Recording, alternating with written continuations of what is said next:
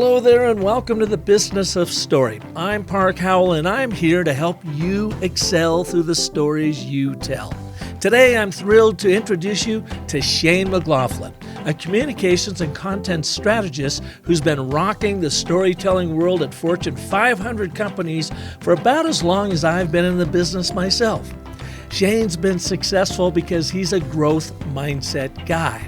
His workshop called The Growth Mindset Advantage shows you how curiosity, resilience, and connection are the exact ingredients that make your personal and professional brand stories more compelling and more lucrative. For instance, at Intuit, his team created self-help experiences that saved the company millions. At Visa, he expanded the company blog's global readership fivefold in just 2 years. And at Walmart, he built their company extranet from zero to a staggering 30 million monthly visitors. So let's fire up your growth mindset today with Shane McGlaughlin. Good morning, Shane, man. How you doing? I'm doing great, Park. Good to see you. Great to see you, too. We met in San Diego, social media marketing world in 2016. My God, that seems like a long time ago now. Time flies. Yeah, that was a great conference. I remember you were talking about Joseph Conrad and how folks like George Lucas and others really employed. Oh, Joseph Campbell, you mean? I'm sorry, Joseph Campbell. Yeah. Apologies. Yeah. Need to know my Joseph. Yeah, Joseph Campbell. That was really fascinating talking. It was great to meet you and keep in touch over these years. Yeah, it was fun. That was the very first time I was presenting a Business of Story training at Social Media Marketing World. The gang there said, hey, it's time to really start infusing storytelling and training in the show. Yeah. And I did it for about 8 years. I haven't been back the last 2 years, some conflicts and whatever. But anyway, it was great to meet you. And it kind of felt like we were sort of kindred spirits in a lot of different ways because you too are a piano player, and I think a much more accomplished piano player than I am. And I loved what you did during COVID. Could you tell our listeners what that was? Oh, thanks. I appreciate that. And thanks for remembering that. Yeah, during COVID, I went online every night and took piano requests from Facebook Live. And I ended up some nights having 60 or 70 people just hanging out, asking for a Piano Man in Sweet Caroline or U2 or whoever. And it was as much for me as it was for my audience, because as we know, we were all kind of stir crazy, anxious, not sure when we were going to get out of this really stifling situation that was lockdown. And at the end of the day, what happened was I really got better as a musician, and then talk about the universe really kind of opening up or throwing you something. A piano bar opened less than 2 miles from my house, and I had a year plus. Probably at one point I did 84 nights in a row, about an hour or two online. So it was like a woodshed for me to learn how to play, think on your feet, play songs from memory, and really engage an audience. So thank you for tuning in. I appreciate that. Yeah, that was so much fun. And sometimes you would be there in just like an old scraggly t-shirt, and your hair was standing up. And then your boys would come in and out, and they would sing along sometimes. Other times they'd roll their eyes at you and just keep walking through the room. And it was awesome. It was so much fun. Yeah, and then, today we're talking about a growth mindset, but that to me was a really good example of here we were all in the doldrums of COVID and under this stupid lockdown. And basically the government saying, you must stay away from everybody, which was total bullshit in my mind. Sure. But you, instead of wallowing in it, said, all right, let's have some fun, and started, playing the piano. And then I remember I sent you a song, Tie a Yellow Ribbon Around the Old Oak Tree. But it was inspired because Michelle and I were down at a park here, Papago Park in Phoenix, and they had all of the gym, all the slides and the swings and everything cordoned off with yellow tape, like a crime scene. Wow. And it just struck me as being so silly and so ridiculous that tune popped in my mind, and I just automatically rewrote Tie a Yellow Ribbon Around the Old COVID Tree, and it was so much fun. Yeah. We had to be creative during that time. It's really amazing how many people. I have a friend who took flying lessons.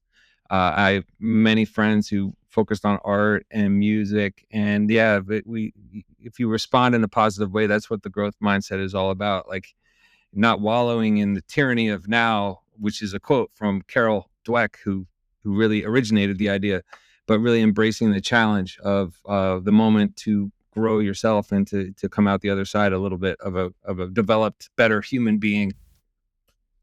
Well, Shane, what I'm curious about is, again, when I met you 10 years ago, basically, you were one of the leading voices in social media content outreach. At the time, you were Thank you. working for Walmart. You Yep. grew their audience by over 3 million in a very short amount of time. Oh yeah. Then you went on to Visa, did a Mhm. bunch of work in social there, and then you were leading a team over at Intuit and Exactly. just recently left there. And now you're into the growth mindset thing. How did that all come together? Oh, thanks. Thanks for queuing that up. Yeah, I've always done a growth mindset presentation. I've been a fan of Carol Dweck, who originated the idea, and at Intuit too. As a leader of a team, I had the opportunity to present on 3 or 4 occasions to the organization around some of the core ideas. And since leading into it, I'm presenting on this still. Just last week, I presented to the IABC. I run a day-long growth mindset workshop that employs team building, exercises, open sharing, case studies, and an interactive presentation.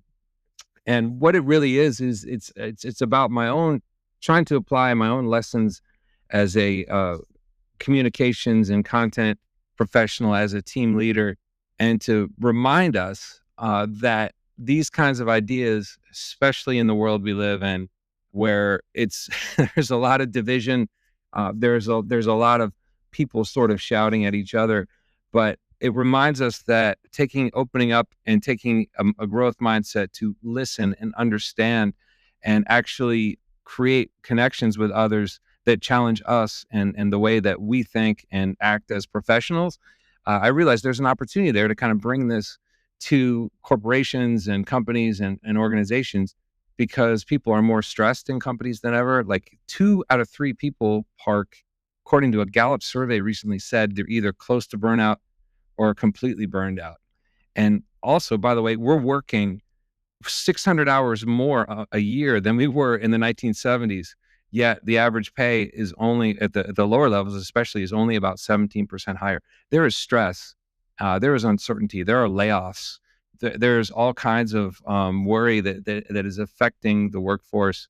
And what I realize now is that I have an opportunity to help folks kind of process things in a better way, take a challenging growth mindset to embrace these challenges and challenge themselves to do better as professionals and to evolve our skill sets. That's what I'm doing right now.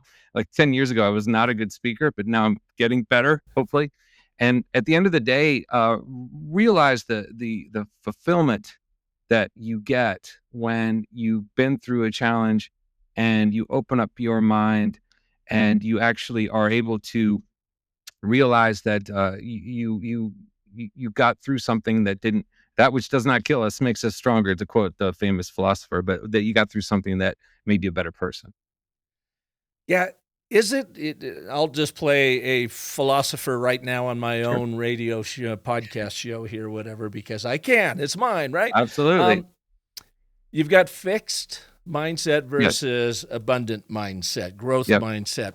Do we default to a fixed mindset as kind of a survival mechanism that our brain says, look, at status quo is pretty good. I'm alive right now. Yep. If I start changing anything, I'm not sure what I'm going to trigger or any unintended consequences. So, dude, why don't you just kind of hang out and keep doing what you're doing? Exactly. Versus the growth mindset that says, hey, let's take a flyer on this one. Let's see what the hell happens. Let's see where it goes. Yeah, we are. I think we all have elements of both. And in the end of the day, if we can kind of train our brains through neuroplasticity, the idea that the brain is malleable, which is getting proven more and more every day, we all have elements of both. And what that fixed mindset really shows is that there's an inability to push yourself.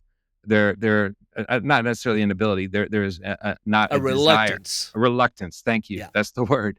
And basically, at the end of the day, our positive feelings, if we can influence the way we look at things, those kids that Carol Dweck studied in a study in the 80s really crystallized the core of what this is about. And there were two groups of kids in those studies in the 80s, hundreds, thousands of kids that she studied.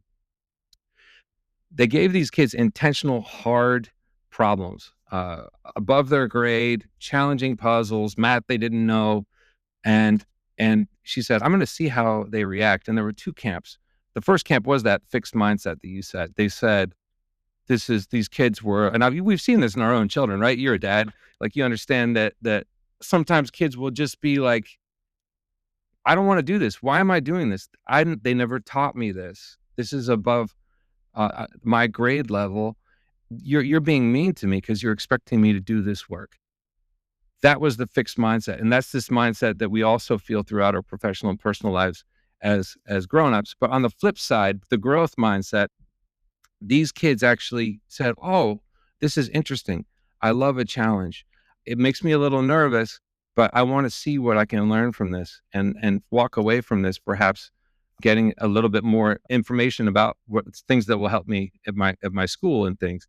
So basically with these kids, she found that when she employed the growth mindset and when they employed the growth mindset, they tended to perform better. And the interesting thing she did as well with these kids, and this is something perhaps our professional world could learn from, because, we have these ratings, did not meet, met expectations, exceeded expectations. Basically, she also created this idea, instead of a failing grade in schools, and think about a failing grade. My kids have seen the F. The F is fail, stands for failure. It's pretty negative. It's demeaning and somewhat mortifying for a kid. Carol flipped it on its head and said, hey, what if we gave these kids a not yet when they couldn't get the lesson just yet? What if they got not yet? Because it would change their perception of that they're still going to get there, that they actually have potential there versus being labeled a failure, It gives them hope. Gives them hope. And when she taught the concept, large groups of kids, especially struggling students, showed remarkable improvements. And that really that was really a notable thing about how our mindset can influence our performance. Well, just simply by reframing it. It's you're Yes. telling them a story, a different story, instead of you're a total loser failure to, hey man, you're getting there. Let's keep going. Let's try it again. We'll do it again and we'll get you there. Exactly. Yeah. Yep.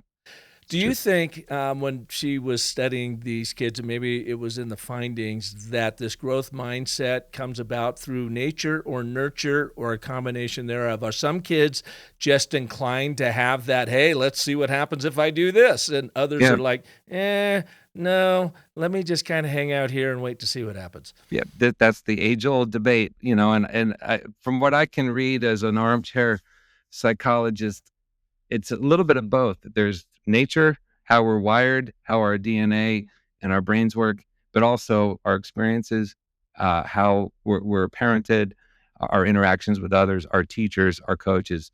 I think it's a fair mix, but you raise an interesting point, because I mentioned before a little bit about this idea of neuroplasticity, and that is the nature piece of this, and that is the scientific piece of that. It's literally the brain's ability to adapt and reorganize and recognize concepts and grow the neural connections that are in your head. And they're there throughout your life. And the interesting thing is they're growing constantly. On a structural level, new neurons and synaptic pathways are growing. And on a functional level, existing neurons and networks are strengthened the more we repeat something and the more we try a new task. Like literally the higher performing levels of your brain, where, reason, creativity, analytics, all these things are muscles in our head. So just like working out with weights or doing physical therapy, working your brain builds your cognitive abilities. So that's neuroplasticity. And if you think about it, I'm boiling it down to a very simple thing, but when you challenge yourself, you get a little bit of an adrenaline bump. We know that, adrenaline is there to kind of fuel our survival on the Serengeti. But when you look at something as a positive, and you release those happy chemicals of dopamine, oxytocin, serotonin, endorphins. That leads to a positive tend to move forward. And I have a story that I'll illustrate that with shortly. That obviously puts you in a better place in terms of your outlook and your potential. On the negative side, for these kids that were in the fixed mindset, these kids that were luxuriating in the tyranny of now, as Carol says, they what do you get? You get a norepinephrine, cortisol released, and those are chemicals that are based in more in your reptilian brain, the amygdala. And that's Survival. There's the survival. survival chemistry. Yep. So that's fight or flight. So you go to your brain function literally shuts down for the same reaction that we'd be on the Serengeti, staring down a saber-toothed tiger. Like, am I going to fight this thing? Or am I going to go? And we've all been there where we've had moments of panic in a presentation or nothing went really well. And then what do? You kind of shut down because your amygdala and those chemicals are just basically like, driving your literal fight or flight response. So positive thoughts have positive results on our physiology, and negative thoughts have negative results. And I know you're a storyteller, so this is a great story that I love to tell. And it's maybe a story you already know, Park, because you know a lot of stories. But Thomas Edison was asked by a reporter at the time, like reporters, always throughout history have played gotcha. Reporter asked him why he failed 1,000 times. 1,000 times he failed to invent the light bulb. Talk about resilience. He failed 1,000 times. And he flipped the script on the reporter, and he turned it on its head. And he said, no, I didn't fail 1,000 times. I found 1,000 times where the light bulb didn't work. So what did that do? That motivated him. And that got him to the point where he was arguably the most successful inventor of all time. And that fueled his mindset and turned on those better chemicals in his head that really motivated his success. And if we talk about failure in companies, which we don't, no one goes on LinkedIn and says, I'm going to tell everyone how I really screwed this up today, because we are worried about our perception, and we're worried. That's kind of a fixed mindset right there, because everything on LinkedIn tends to be like, oh, I'm doing well. This is my skill set. Yay, my company. Yay, me. All that said, if we could embrace failure on a better level in a constructive way and allow ourselves to be just a little vulnerable, and we show we learned something, the best cultures do this. The best teams do this. They don't point fingers. They look at what went wrong or what they could learn from, and then they build on that and grow. So that's something to be learned from the growth mindset. Yeah. With what's happening in the world right now, and I'll, without getting too political, point to our current administration. Yes. They fail on a daily basis 100 different times, and yet they never, right up to our president, so never admits it. That whole thing that went down with Signal, where Hegseth got on, apparently was drunk texting, and is all I can tell. They give away all the battle plans for going and getting the Houthis, and then they said, no, we didn't. Nope, never happened. No, we were just having a little chat. And I love reading in the New York Times the recap of the Daily Show of the night before, and all the, Jimmy Kimmel and some, and one of them, I can't remember which one it was, said, here is one of the most grotesque abuse of power and putting airmen and women at harm's way. Yes. And, Trump's reaction was, no, it wasn't. I know. So and we're seeing it from leaders everywhere. I know. Nope. You can't admit you screwed up. That's why we need it more than ever. I mean, anyone below Hegseth or that whole team would have been relieved of their command, at very, or possibly even court-martialed. And it's the growth mindset and the behaviors really are modeled at the top. Every organization I've worked for a culture has been shaped by the way that the top leader or the top leaders, the way they interact, the way they talk, the phrases they use. And we have a real opportunity at this point in history to kind of really personify the best in us. And that's what growth mindset is all about. Yeah. I was thinking, when you are working for a leader, a boss or whatever, and you see that they are always deflecting blame and never saying, oops, I screwed up, how much respect you lose for them. And I was early in my career Shane, I was working for this company called Quorum International, and it was a direct marketing company for electronic products. Hmm. And I had a boss there that came in, and he lived in Idaho, and we were working in Phoenix, and he would just, kind of fly in every now and again, and he would be just sort of making decisions from the seat of his pants, and then some of those would blow up, and we would come under fire for it. And it was really Hmm. the first time I'd worked for someone that would not take the blame for anything, and in fact deflected it all on us. Uh, But uh, I was humiliated and humbled all at the same time. That I remember again as that young, brash, creative guy. I was probably 26 at the time. mhm. I was called into his office with one of the project managers, and I was the creative director for the company. And this was another guy, Scott, was with me, and he was launching this big product. And our boss, Marty, was overseeing everything from Idaho, and he had just flown in, and he had decided to make all these changes, which without understanding the whole thing. So I go into his office, and again, now I'm incredulous, and I'm going to say, hey, I really know what I'm doing. I'm 26, what the Yeah, hell?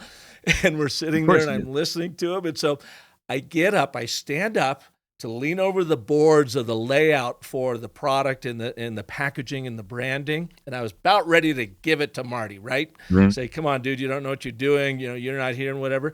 But as I stand up, I start into my diatribe, if you will, as an idiot as I was, and I go to sit back down in my chair, and my chair is no longer there. Next thing I know, I hit the ground ass first, my head flips back, my feet go straight up, and it's now I'm looking at Marty's head like a football going through goalposts, only the goalposts are my legs. Hmm. Scott jumps and takes a gasp. It basically knocks the wind out of me. Mhm. And I had to leave the room and collect myself. What had happened when I stood up is that apparently the backs of my legs hit that chair, tipped it over backwards. I didn't know it. So when I went to sit down, boom. And so I had to excuse myself from the meeting. And as I walked out, I told myself, okay, idiot, you were just, humiliated and humbled in front Mhm. of a guy that you were going to go in and show him, what's Yep, what. And yep. it goes back to, yeah, man, you got to own it, don't you? Aren't you glad there wasn't TikTok? Oh, God, yeah. Or No, maybe not. Maybe that would have been some good personal branding right there. yeah, you're right. Well, and that was maybe perhaps the universe sending you a message, and I feel like the Uh-huh. universe sends us all messages. And yeah, especially when we're younger. I have my own version of that story. When I first came to Walmart, and I had worked for many senior executives, and I had this idea that perhaps I didn't do certain things because I was at a higher level, and there was a PowerPoint deck that needed to be created. And I mentioned to someone above me, "Oh, I don't do that anymore. I'm going to outsource that." And she was like, "Excuse me, baking powder." I love Wayne's World. Sorry. And I sort of pushed back, but I looked the same way. I looked challenging, not like a team player, and a little bit self-absorbed. And needless to say, I went ahead and did it after I understood the implications. And it's so important to not get over our skis especially when we're young, because I think the culture has changed to such a level that we're forgetting about soft skills.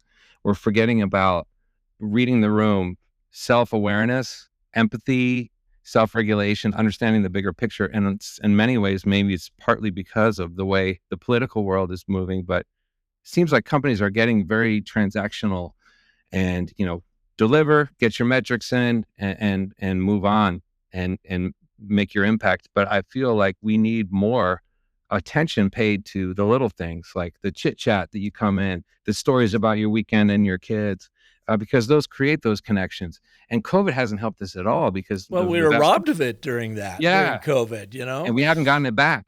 And it's Yeah. so important. It's so important to do. And, an interesting study from Deloitte Insights, 92% of companies say that human capabilities, 92% say those soft skills matter as much or more than the hard skills. So Yeah. how we do things has never been more important. And being aware, especially when we're young, of our how we come off is really critical. Yeah. Have you seen that Harris poll that they did with Grammarly? And they've been doing this over the last couple of years. They've been studying Fortune 500 companies in North America and trying to quantify the cost of miscommunication, of just what you're Wow. talking right Yeah. there. People aren't able to connect. They're on Zoom. They're doing other things. They found that it is costing American companies $1.2 trillion annually due to Whoa. miscommunication, which equates, they say, to one lost day of productivity per person per week, Ah, simply because they don't know what the hell you're trying to tell them. yeah. No, I believe it. And they're also probably reluctant to even ask the questions. And Exactly. and They don't want to look stupid. They don't want to, yeah, I don't know, okay, let me go and try and figure this out. And then they spend 8 hours doing something that should have taken them 8 minutes. yeah, and again, it's because we're living in this world where perception is reality, and folks are afraid to be looked at as incapable or maybe a little bit vulnerable. And one of the most effective things that we forget about, especially in difficult conversations, is asking a question. Not being worried about your personal brand, about asking that question, because to your point, that clarifies the communication. And ounce of prevention equals a pound of cure. As a writer, I love cliches, but a I thoughtful. love puns, so yeah. But if you think about it, like if you're a thoughtful question that shows empathy and interest, and it's a step towards resolving uncertainty, and especially when you're having difficult conversations, what's the tendency when you were in your 20s, when I was in my 20s? If I know if I got any negative feedback, I would throw up a hand. Whoa, that's why it's really not me. And as I think back, I was young, perhaps a little too confident. But then when that happens, sometimes my manager would also throw up a hand like, well, yes, you are. No, I'm not. Yes, you are. No, I'm not. But there's value in difficult conversations to ask a question, to probe deeply. Like, well, why do you think that, Shane? Tell me more about that. Introduce some introspection. And then I start to see, oh, wait, there is a pattern here. There are things I can improve on. And just getting back to this idea that we can ask questions is so critical. And there was even a story, a study recently. It was from a couple of years back by an agency that looked at how many question marks are in social media. And just overall kind of ballpark analysis, less than 10% of sentences have question marks, meaning that we're still kind of stating things and kind of stating our cases, but we're not as inquisitive as we need to be, because if we got more that way, we could perhaps bridge some of these political divides that we have, and at least come to an understanding with how different people with different ideas can interact. Yeah. I remember you triggered a story in my mind when I was a very young man as a writer. I was working for a PR firm, and I was right out of school. And to be honest with you, Shane, I wasn't the greatest writer coming out of school. I was Sure. a bit of a B, if not C student in that area. And I got to work with a guy by the name of Paul Reynolds, who was really an excellent writer. He was a journalist, but he was now working with this PR firm. And I would always sat there and I would be amazed how he could just rattle off a press release just talking to me. Yep. And I could almost see it being typed as he was talking. I go, God dang, how does his brain work like that? And so Yeah. he taught me a lot about writing. And Yep. I remember some of my first press releases that I would write, I'd take into him. I'd be very proud of him. And he would mark them up, Yep. send them back. And this one time he marked it up, went back, did my work. And I thought, okay, nailed it. Came back in, nope, marked it up again, and he could see a little bit, more deflated, went away, came back the third round, said, all right, nailed it here. No, marked it up again. And then he saw in me that I was getting deflated. And he goes, I just want to remind you of one thing, Park. And I said, what's that, Paul? He goes, it's way harder to be a writer than an editor.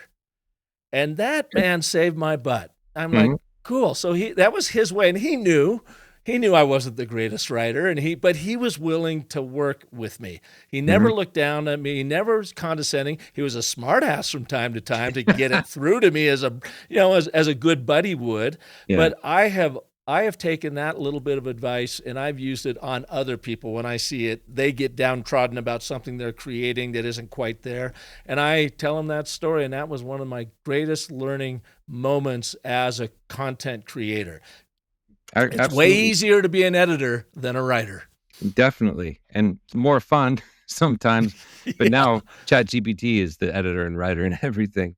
Yeah. Well, can we touch on that for a Sure, second? sure. And it may be a bit of a sensitive subject for No, you, but no when we worries. chatted a month or so Yeah. ago, you were leading up a team of what, 7 or 8 people at Yeah, 8 writers. Intuit, Yeah. and you all got let go, removed Yeah. primarily because of ChatGPT and AI. Absolutely.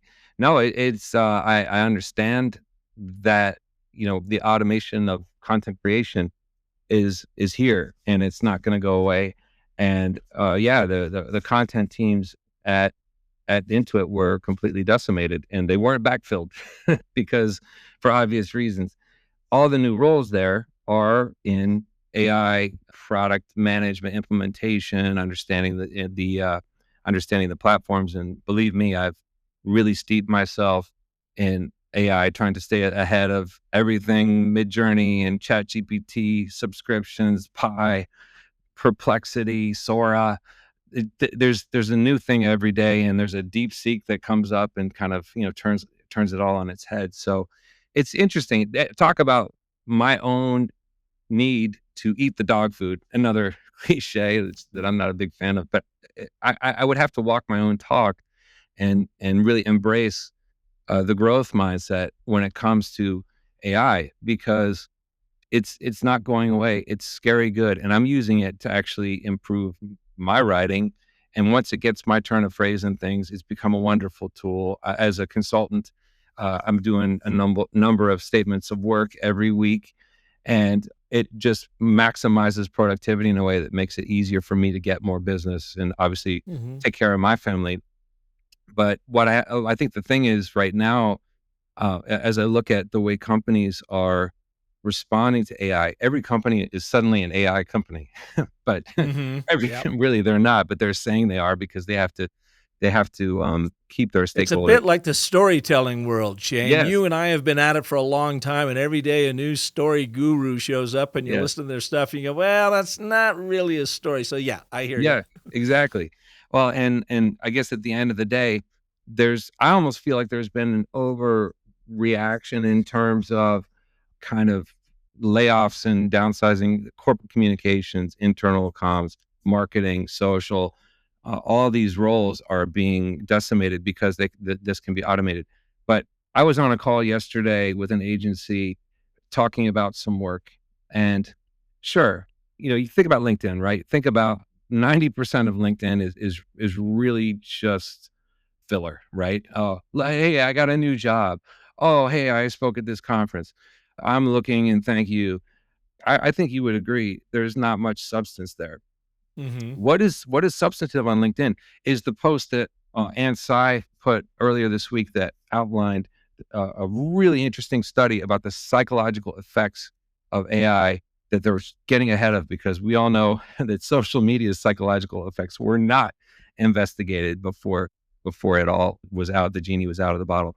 So the point I'm making is that what we can do as content storytellers, marketing professionals, there's still that need to meet the moment and to be creative. And we have more opportunity to understand how to tell these stories about topical things that AI doesn't get because AI is not human. AI Mm-hmm. doesn't understand how to have an effective conversation.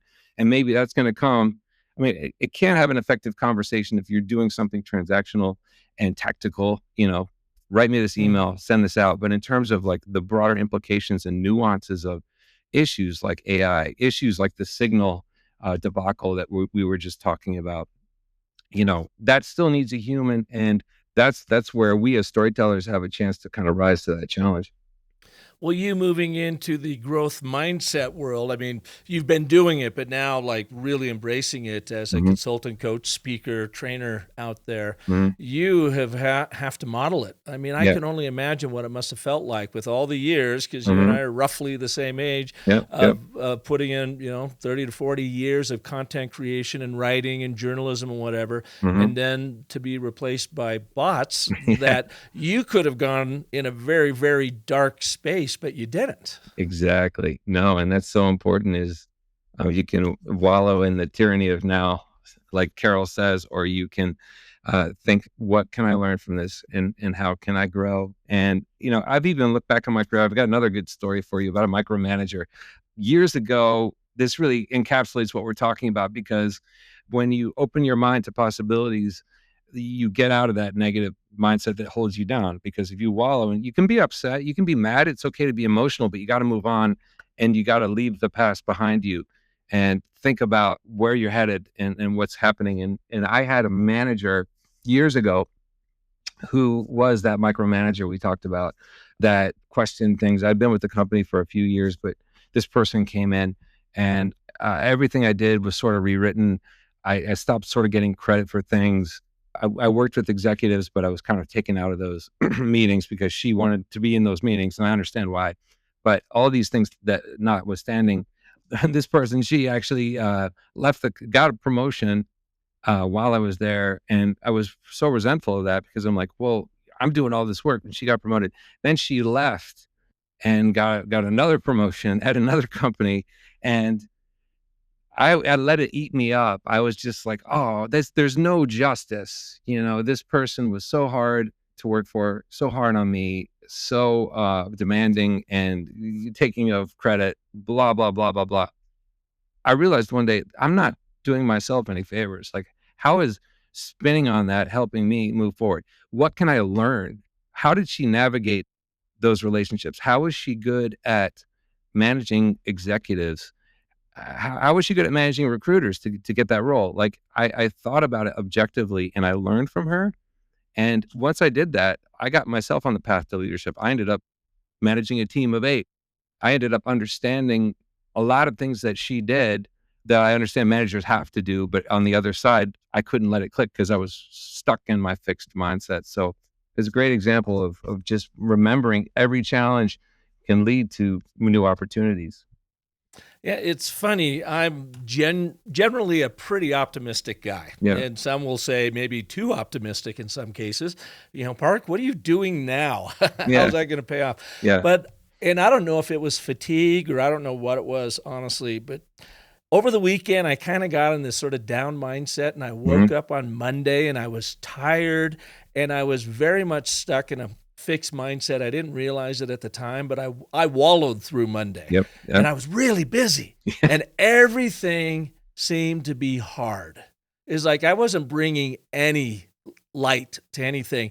And then Tuesday showed up. I didn't sleep well Monday night. And then Tuesday showed up, and the same thing happened. And then I had 2 big trainings yesterday. One was with Walmart Canada, a good client of mine that I've been working with for years.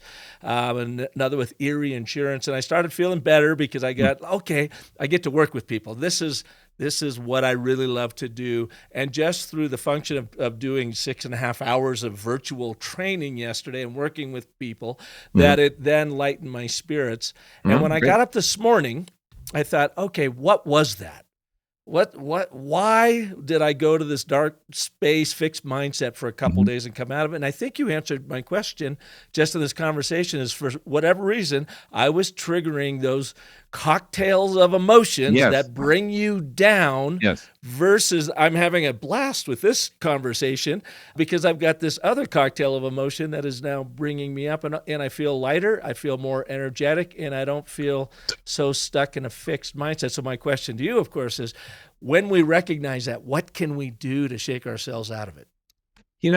Sometimes it's going to happen. And I also am too positive. My wife says I have toxic positivity at times. And I was probably in a past life directing the band on the Titanic, like keep playing, lads, keep playing, lads. We still have time for Nearer, My God, to Thee, which they may or may not have played, but they played to the end because they were obviously really dedicated to their jobs. And I'm the same way. I feel like sometimes I can be stuck in such a positive mindset that it holds me back too, because you have to sometimes think about the negative implications of things. And I do also. When you have those down days, they're inevitable for everyone because we're human, and our brains are complex, our lives are complex. We get wrapped up. I mean, it's crazy that we as human beings, sometimes I think of things that happened years ago, things that happened as a kid. I'm like, oh, and I grimace. I'm like, I was so embarrassed by something that happened in school, no one remembers any of this. We're kind of wired in this way as curious, emotional explorers, emotional, not explorers, but human beings who rely on our limbic system, which is a very unique way to exist in this universe that we live in. But I find that there are certain things you can do, and that's where you can pivot towards the growth mindset. I think some of the tips that I have in my talk include like thinking, being curious. And when you're curious and you want to learn, you grow, you literally do grow that muscle. The neuroplasticity in your head is impacted by that. And one thing I do to bring up the day when I'm feeling the doldrums, and you're a fellow musician, is I do something creative. I pick up a guitar, I play something. If I'm in the doldrums and I am not going to be able to write or to be able to network or to be able to hit my deadline, and I always do, but sometimes you feel like it's going to be close. It's a slog It's a sometimes, slog. and you don't want it to be a slog. Yeah, but if you sit down at the piano and play a little bit, you don't have to be a musician. Perhaps you're an artist. If you write a journal, if you just call someone special to you, a parent or a friend, I mean, just one or two friends can really help you reset and help give you some thoughts on all the good work that you're doing. And little things like music itself, just playing, listening to music. Actually, I have an ambient playlist that I use that I know helps me focus when I have to really focus on something. And they did an experiment as well recently. It was just a couple of weeks ago. It was in the UK. I'll forward you because as a fellow musician, I think you'll be interested. They looked at like 200 people, and there was a group that had upbeat instrumental music playing in the background. These people were working. You're supposed to be doing something. And then there was another group, the control group, that had no music. And the group that had music playing was 7% more productive. Probably because when you have music playing, it kind of supports your thinking and gives you a little bit of comfort to help you focus. There are things like that that really do make a difference in terms of helping to get out of Yeah. the doldrums, like you said. I would love to see that study. If you would Yeah, email that to me, I'll check it absolutely. out. I'll drop it into the show notes and so forth. That'd be great. The one last thing that I wanted to chat with you about, again, after you left Intuit and Mhm. AI's kind of come in and taken over and you are working in this growth mindset thing, I ran your current brand through Yes. our Story Thank Cycle you. Genie, and literally, Sean, in about 3 minutes, it gave me that entire report, which would have taken me 3 months before to create. What did you think of it? How accurate was it? And again, it was just reading from what I fed at your website. I fed at your LinkedIn profile. No, it was pretty amazing because it really it summed up a lot of who I am, and I think it was pretty complimentary about my story and my ability to kind of help distill the complex and complicated into the simple and compelling, or not simple, but streamlined and compelling. But it did make some really good points about the tactical stuff. As a right brain person, I need to have better calls to action on my website. I need to have reviews. I mean, a lot of the internet 101 that's there is definitely something I could be better at. And the nice thing is that it gave me sort of a plan moving forward to be able to think about how I can evolve my own website and my brand and my talks and my writing to be a little bit more, current with the way things are. Even now, my website's got a lot of copy. I remember I didn't appreciate that. Instead, think about, a modular approach and using real estate more wisely. And at the end of the day, though, it was pretty amazing that you have built this engine that can so accurately analyze someone's content or identity and then make recommendations for how you can improve it. Nicely done. Well, thank you. And where I flinch is just like an example of you and your team being let go because of the content creation capabilities of it. And of course, I ran an ad agency for 20 years, and I've been teaching the story cycle system for 20 years, kind of a crossover from Park and Co to Business of Story. Mhm. And I can see where this tool is not only going to solve the problem of brand story creation that is typically very long, very exhaustive, and very expensive, to Mhm. now make it extraordinarily short, Yes. very powerful, and provide you with content and ideas that you can instantly use. I mean, Mhm. it'll create you, and it all comes from the voice of your brand. So it'll create you, highlight your three top audiences and say, okay, this number one audience, I want a 30-day content plan for how to talk to this audience relative to this specific problem they have. And the thing just goes, here's your plan. Would have taken you days to do, it takes 30 seconds now. And the plans are pretty dang good. It gets you 90% of the way there, but then you show up and bring 100% of your energy to that 10% you need to do to truly make it your own. Yeah. And what do you think that means for marketing thought leaders? And the fact that before this, even 2022 was when GPT exploded. Say, how would your average day or week change now that you have this? If you between, before ChatGPT and after, where do you see the role?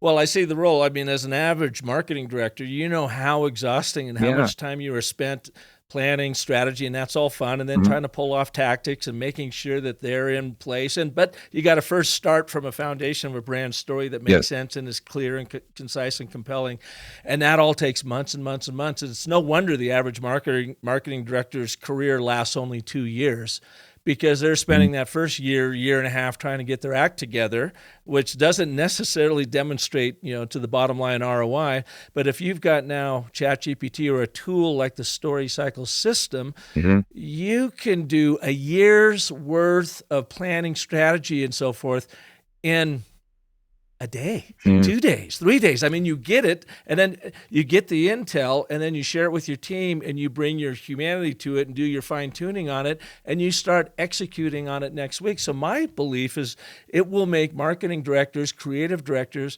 even more powerful. Yes. Because they don't have to slog through the minutia and, the friction of the day-to-day discovery, research, brainstorming, whatever. They can go right to brainstorming because all that other stuff is done for them. Yeah. And we were hoping, with the way we built the Story Cycle system, Genie, is that it only looks at your stuff. You feed it what you want it to look at. It will go out and compare it to the industry and your competition and so forth. But when it comes back, I can tell it, I say, okay, as you were writing this, write it in Shane McGlaughlин's tone. So everything that comes back starts sounding more like you, and then you can come in and tweak it.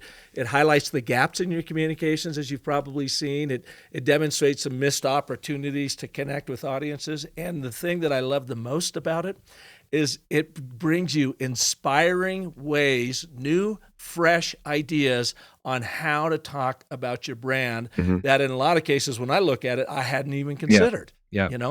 That is the amazing thing about this technology, is the creativity that it can take what it learns about you and understand how you think.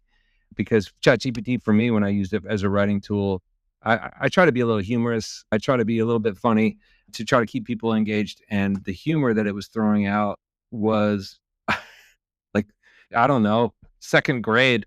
It wasn't even close to what my voice was. But once it learned, and once I obviously trained the model with a lot, and apparently you do have an option, to your point about like it going out to the web, on GPT, there's an option to localize your data so that it doesn't train the model for other people. I don't know. Right. And I believe that, but it's fine. And I'm not, I definitely appreciate my subscription and the creativity that it drives. But like by a couple of months in, I was amazed at how it would come up with little jokes or puns or things that were totally my personality and I didn't even think of. So it's really wonderful as a creative tool. And I think people don't understand that, in a brainstorm or just coming up with ideas, I was working on a naming project recently, and we were just blown away at like 5 or 10 names that were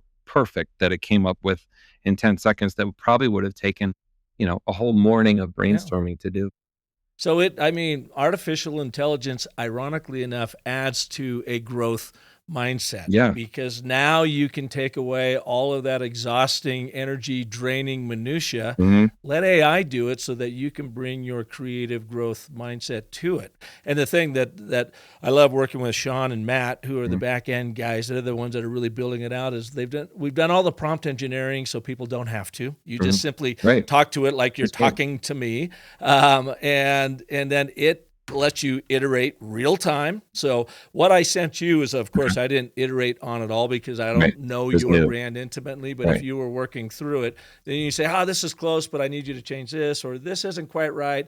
Okay. Delete this altogether. And then it will do all that refinement. So when it's all said and done, you go, boom, Shane, here's your new brand story. So what I would love for you to do Sure. is, as you were building out your growth mindset offering, and now we've got the background, we've got the basics for your story. I would love to go in and have you go in and iterate in the Genie and say, okay, now you know who I am and what I've been doing. Here's the new stuff to add to it.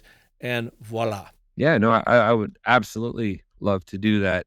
I did look at the initial outputs and I was pretty blown away by it.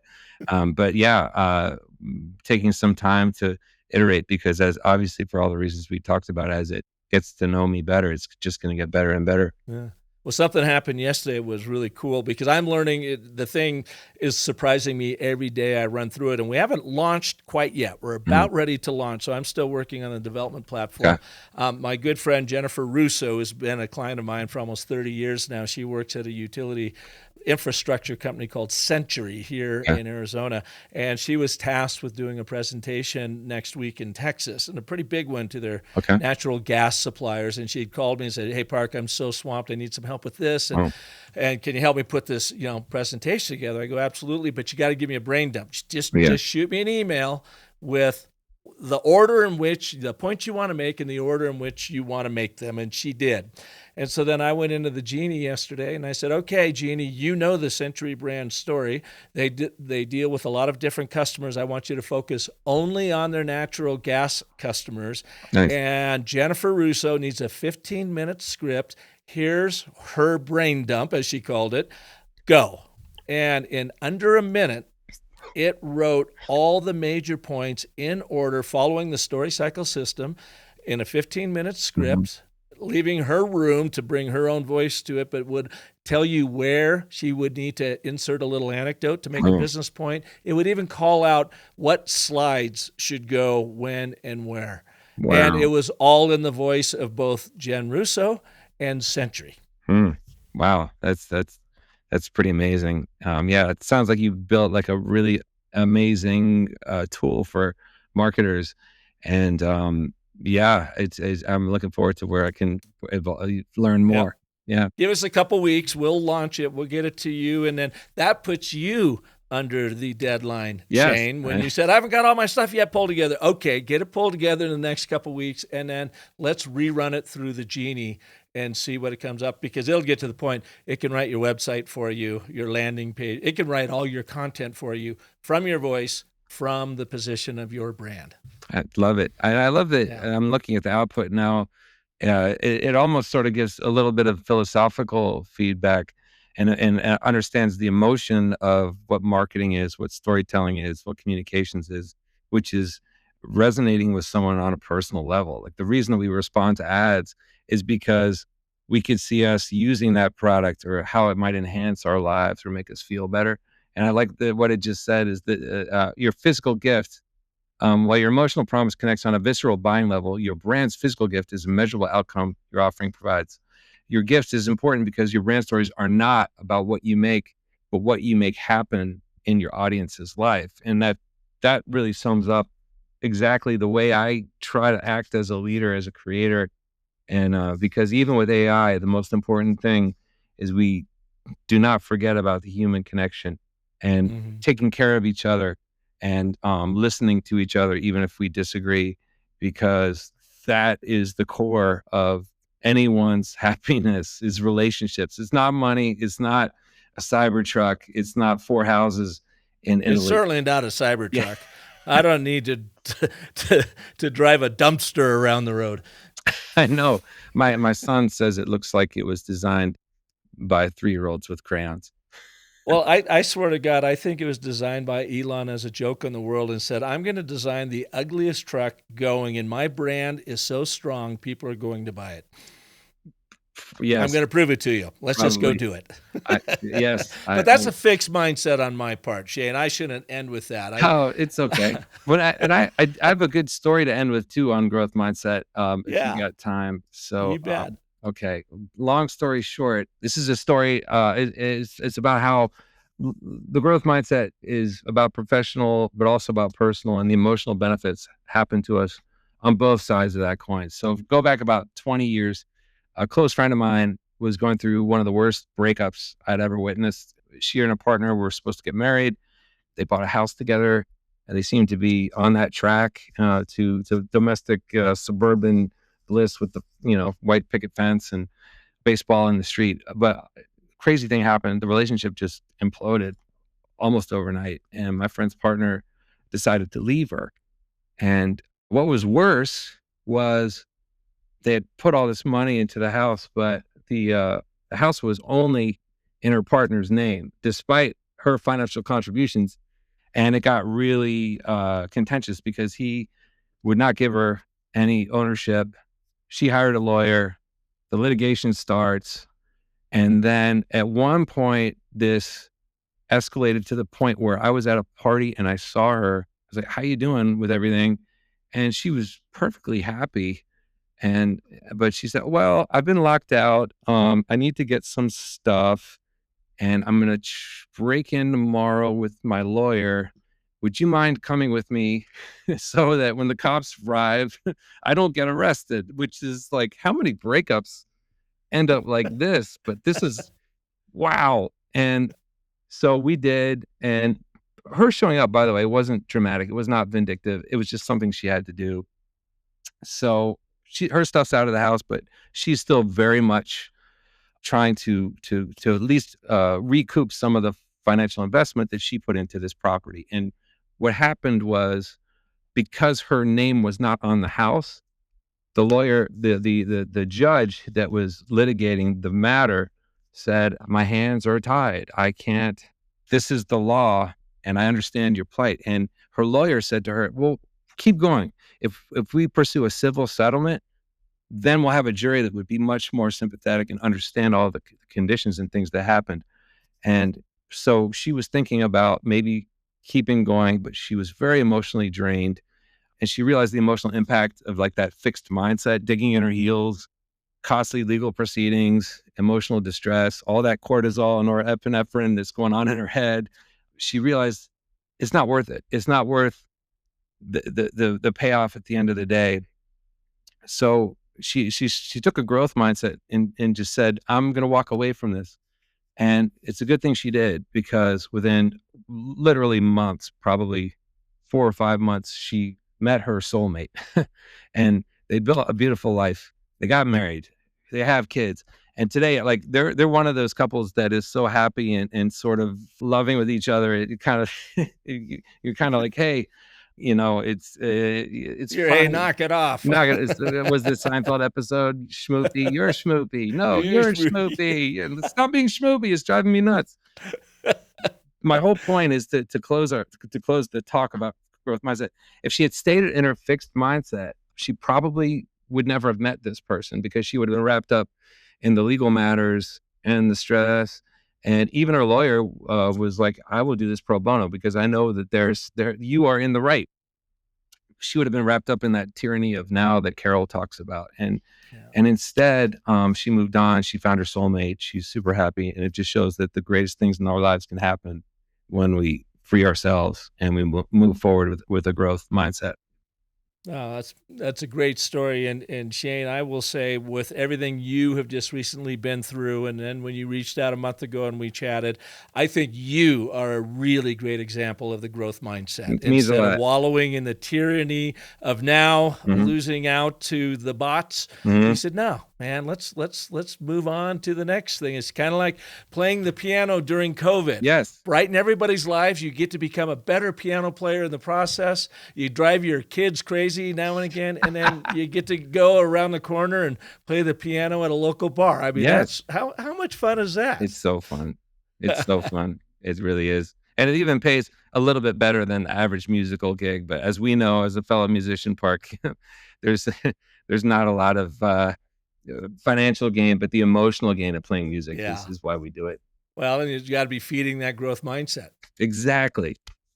Yeah. Well, thank you, Shane. And I'm going to put it to you now. You've got about 2 weeks to go and pull your content together. Yes. Don't have to create a website. Just pull your content together with your new offering. Yes. And then let's run it through the Genie together, because I want to see your face go, whoa. Yeah. And we'll base it off your current brand story, and it's going to refine it to your new offering. It'll give you all the content, even write some of the landing pages you're going to need for your website that you can go in and tweak, and off you go. I love it. I look forward to it. We could even do another session if you want to go through it. What if we do it live? Yeah. What if we do your story live? We'll record it. We'll have video of it. Yes. And we could even do it as a live stream, to LinkedIn, and people can watch it happen as it takes place. Yeah, let's do it. I'm all for that. That would be a lot of fun. You're on. We'll put the Genie to the test in the wild world of marketing. Awesome. And I have my deadline. I already started it last night. You'll see a growth mindset tab on my website, but I'm going to go deeper in terms of the workshop. So thank you. And thank you for the opportunity. Thanks for giving me the chance to tell my story. And it's always a pleasure. Oh, this has been great. Thanks for the time, Shane. And I will see you soon.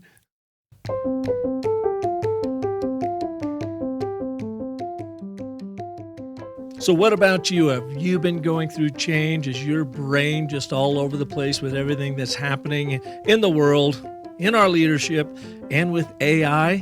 And are you taking an optimistic growth mindset towards it? It's a good question to ask yourself.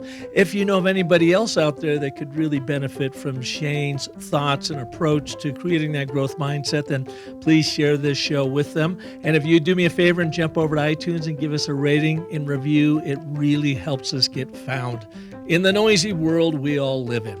And speaking of change, of course, we are completely disrupting the world of brand story creation. The problem we're solving is that it's typically not a democratized process. Only very wealthy companies can afford to do the brand story creation the way it ought to be done. Plus, it usually takes months and it's exhausting, but now you can do it in minutes for pennies on the dollar compared to what it typically costs. And you will be leveraging our proven story cycle system that has grown brands by as much as 600%. It is all bottled in our Story Cycle Genie. Sign up for the launch right now at businessofstory.com/storycycle-genie. There are a ton of bonuses you'll get, including access to our ABTs of Storytelling micro training course that brands throughout the world have been putting their people through. So check that out. It's all over at businessofstory.com/storycycle-genie. I hope you'll be back here next Monday when we will have another story artist here to help you craft and tell compelling stories that sell. And until then, as you are growing as a more confident and compelling storyteller yourself, remember that the most potent story you will ever tell is the story you tell yourself. So make that one epic. Thanks so much for listening.